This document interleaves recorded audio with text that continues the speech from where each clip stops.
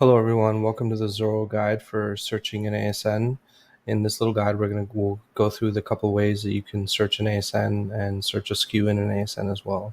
So first thing you can do is go to the ASN Center, and this shows all your ASNs that you've created, including voided ones in the system. Just double click it to pop it open. And then you can see, for example, closed ASNs. If I click over here, you can actually see the location that it was received into and the quantity that was received as well. You can actually pull up ASNs of different statuses using this little menu drop down here. If I change the view to ASN detail, every row is going to represent an item on an ASN, whereas right now every row represents an ASN itself.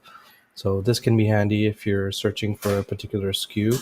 So let's say I want to find all ASNs that have a particular style. I can do something like this. You can see now I've found the ASNs that have this style.